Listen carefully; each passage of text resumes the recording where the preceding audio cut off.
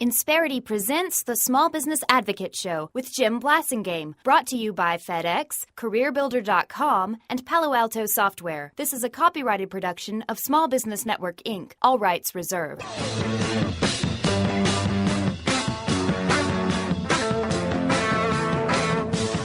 Welcome back, 7 Till. I'm Jim Blasingame. Thank you very much for joining me. Thanks for hanging out with me, having a great visit with our good friend Andrew Sherman. His new book is called Road Rules, Be the Truck, Not the Rules, Not the Road.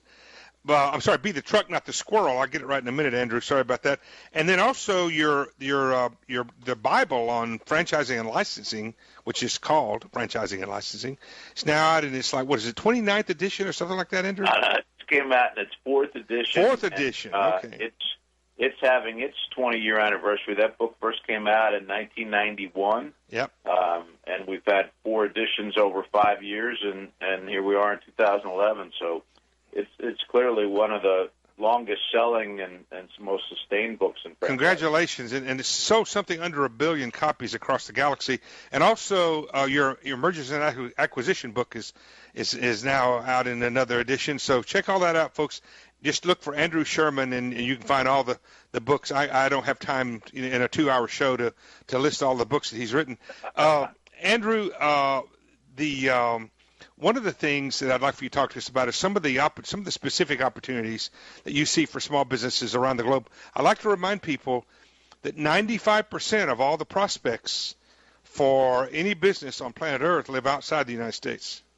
Yeah, and that's very true. I mean, America's small businesses, to really thrive and prosper over the next 10 years, need to get into more of a global mindset and to start studying markets abroad.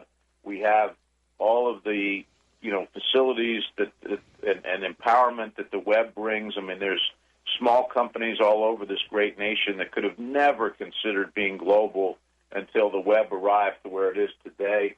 We have tremendous resources that we all pay for at the U.S. Department of Commerce, the U.S. FCS, U.S. Foreign and Commercial Service. These are all resources that are literally in place at little to no cost that are waiting for small businesses to call them to explore markets. And, the demand for U.S. products and services is as strong today as it's ever been. And I just, think we need to be more global. We need to understand global consumers, but we also need to avoid being the ugly American and not, if we're going to be global in our mindset, we have to be global in our action. Well, that's exactly right, because only 5% of the world speaks English. The rest speak other languages. We have to be aware of that. There's another thing, Andrew. The U.S. Commercial Services, I mentioned them in the last segment, and that's export.gov.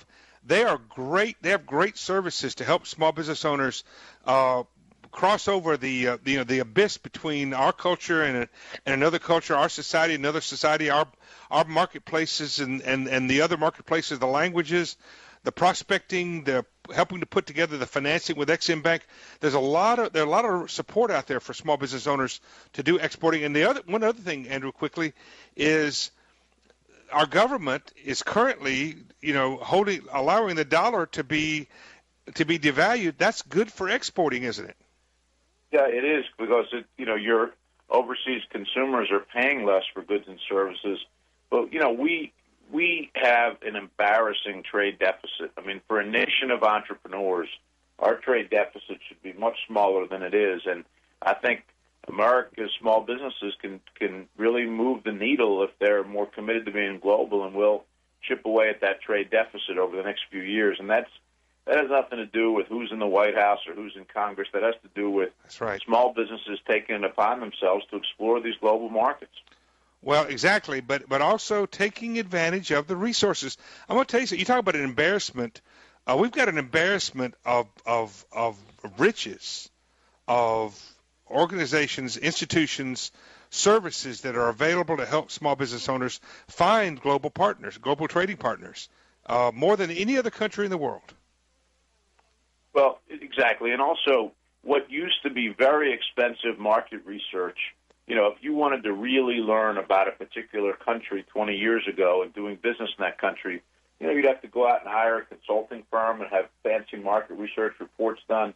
All of that stuff is now available on the web. You can find some incredibly useful information about markets and sub-markets and sub-markets within countries just by, spending a little extra time on your laptop or your iPad or whatever device you're using. When is your Global Growth Strategies book going to come out?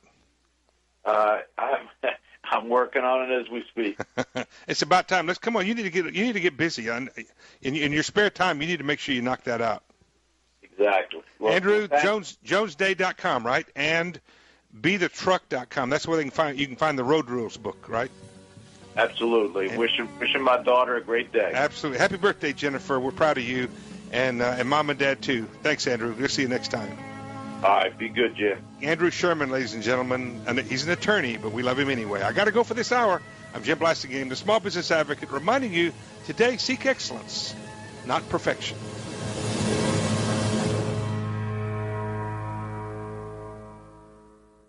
Insperity presents the Small Business Advocate Show with Jim Blasingame, brought to you by FedEx, CareerBuilder.com, and Palo Alto Software. This is a copyrighted production of Small Business Network, Inc., intended for the private use of our audience. Except as otherwise provided by copyright law, all other copying, redistribution, or publication without prior written consent is prohibited. All rights reserved. Prohibited. All rights reserved. Prohibited.